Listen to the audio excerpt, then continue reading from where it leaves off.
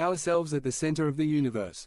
But God sent Jesus Christ so that He could free us from this tendency of our hearts and renew us from the inside out. Therefore, those who are in a growing relationship with Christ, those who are connected to Christ, by the grace that they experience in their lives, can overcome these manifestations and exchange them for service. Because, as disciples of Christ, we are called to serve. In the epistle to the Galatians we find an interesting perspective regarding service that will make it clearer to us the importance of practicing it as disciples of Christ. Galatians 5:13-15 NIV. I speak to you, brothers, because you have been called to be free. But do not use that freedom to give free rein to your passions. Rather serve one another with love. In fact, the entire law is summarized in a single commandment. Love your neighbor as you love yourself. But if they continue to bite and devour each other, be careful, lest you end up destroying each other. To understand a little of the context of these words, we must say that in the church in Galatia there were important problems. Teachings contrary to the gospel had been leaked, which the apostle is forcefully correcting. What were these teachings that several Galatians had adopted that distanced them from the true gospel?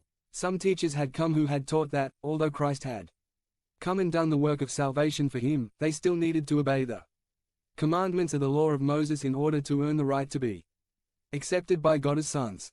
They thought, something more must be added to what Christ has done, this being our good works of obedience to the law of Moses.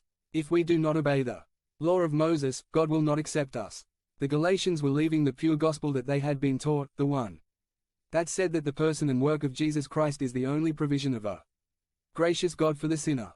That outside of Jesus Christ it is not possible to be in a correct relationship with the Father, that only through the grace of God that is manifested in His provision in Christ is it possible to receive forgiveness of sins, that it is only through faith that this eternal gift is received, not by merit or by one's own works, because if it is not through Jesus Christ, we are eternally condemned. The Galatians were leaving this truth for another impostor message of the gospel that said that Jesus Christ was basically not enough, that you had to add something else to Jesus Christ to be complete. This was abandoning the gospel. The Galatians were leaving the gospel of Jesus Christ, and Paul is emphatic in emphasizing this. So, this was the erroneous teaching that some of the church had been seduced with. These were very fixed on the laws and their compliance. But, on the other hand, there was another group of believers, those who said they understood the gospel, perhaps a minority who believed that Christ had made them free from the law of Moses, since He fulfilled it perfectly, and the believer, he didn't have to worry about her.